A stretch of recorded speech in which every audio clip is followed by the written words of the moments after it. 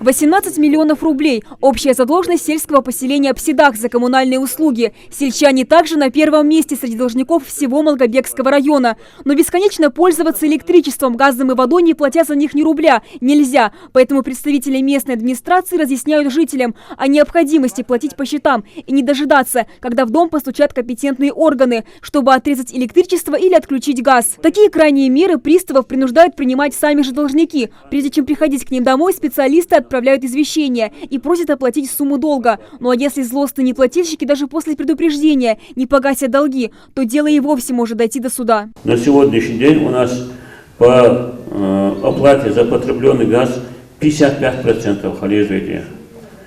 Январь-февраль месяц мы закончили 11,1%.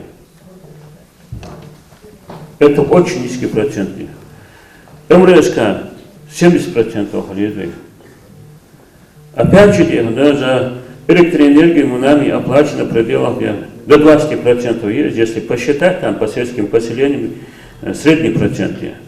Очень низкий процент. Еще одна проблема – льготы на оплату коммунальных платежей. Они есть, но многие ими не пользуются и продолжают платить по старым тарифам. Все дело в том, что льготы за услуги ЖКХ автоматически никому не предоставляются. Гражданам, имеющих на них право, а это инвалиды, ветераны и участники ВОВ, герои России, СССР и еще многие другие, должны обратиться в ту организацию, которая предоставляет данный тип услуг. Так что стоит поинтересоваться, входите ли вы в категорию льготников. Помимо этих вопросов, жители села тоже смогли обратиться к представителям власти. Аюб Цачоев должникам себя не причисляет, так как всегда вовремя оплачивает счета за потребленный газ, свет и воду. Сегодня он пришел задать вопрос, который уже давно волнует не только его, но и практически каждого жителя республики – накрутки и ошибки в квитанциях. Электроэнергия, газ мы платим. Все.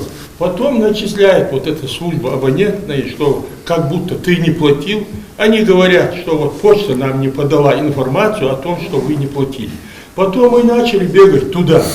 И в итоге получилось, что там давай и в итоге в компьютере появляется задолженность, необоснованная задолженность. На это представители местной администрации разъясняют, что если вы оказались в подобной ситуации, ни в коем случае нельзя оставлять дело на самотек и необходимо срочно обратиться в компетентные службы. То, что мы по почте оплачиваем, да, срок затягивает, быстро поступает абонентский отдел газовой службы. Надо отрегулировать. Отрегулировать, где я с тобой согласен, полностью согласен. Есть недоработки, надо доработать полностью, в 3 очелках, счетчики доводить каждому подворно. Но таких проблем там нету. Возвращаясь к главной теме схода граждан, администрация села напоминает, что все задолженности жителям необходимо оплатить в кратчайшие сроки. Для этого уже созданы все условия. Даже не обязательно ехать в каждую службу. Можно, не выходя из дома, оплатить все услуги через интернет. Ну а если материальное положение семьи не позволяет погасить долг сразу, то сделать это можно хотя бы частично. Таким образом, должники смогут избежать дальнейших разбирательств в суде. Амина Бокова, Рамзан Зурабов, Новости 24.